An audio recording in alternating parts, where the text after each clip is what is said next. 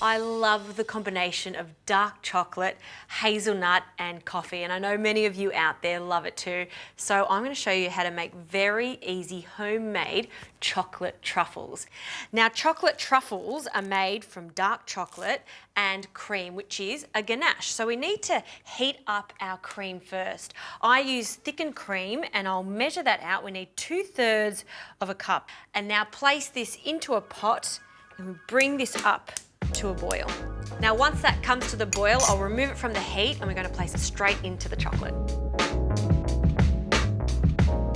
Okay, this has come to the boil, so we'll remove it from the heat and then we're going to pour it straight over our chocolate.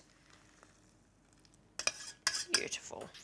And now just with a metal spoon, mix this together and you'll see it slowly melt together. Now at this stage it looks really grainy, but after you constantly mix it, you'll see this nice glossy dark chocolate mass start to form and you'll see it start to thicken up too. Now you can keep this flavour as is or you can add some orange zest to it. You can add a little bit of liqueur. Grand Marnier is delightful with it.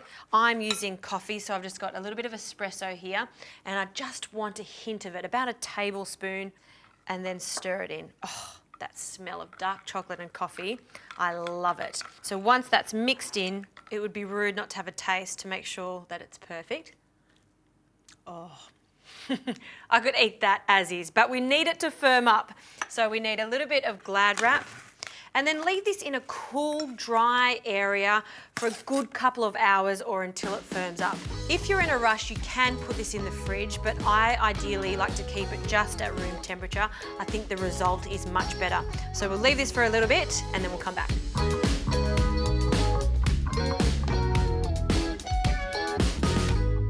Okay, this is firmed up nicely now, so it's time to coat them. I told you this was a very easy recipe. Here we've got a little bit of cocoa powder, and then these are just hazelnuts that I've roasted and I've removed the skin and finely chopped it. You can also do this in a food processor. And I love to add some really nice salt to this too, because salt brings out the flavour of the chocolate. And then just with a little fork, I'm going to mix that together. And this is going to also give us a really nice crunchy outside, just like those famous chocolates that you can get in the shops.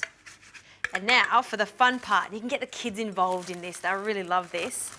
And just using a little melon baller, just like this, you can use spoons if you like, and you can roll them in your hands to get that perfect circular shape.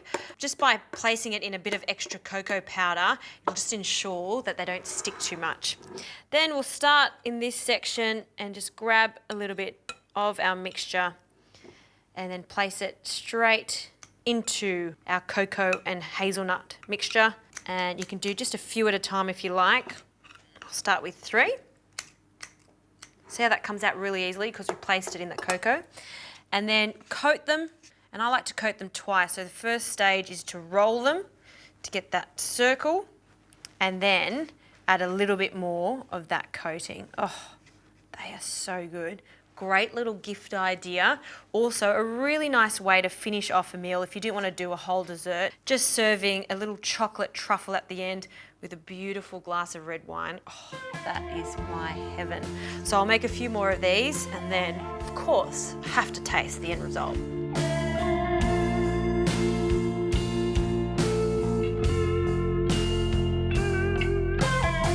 Now once these are finished, you can place them in an airtight container and they'll last a few days, if they last a few days.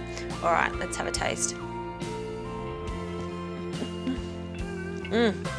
I think these are the best chocolate truffles I have ever made. They are honestly to die for. Like the creaminess from the cream, dark chocolate, hazelnut and coffee. It's a winner.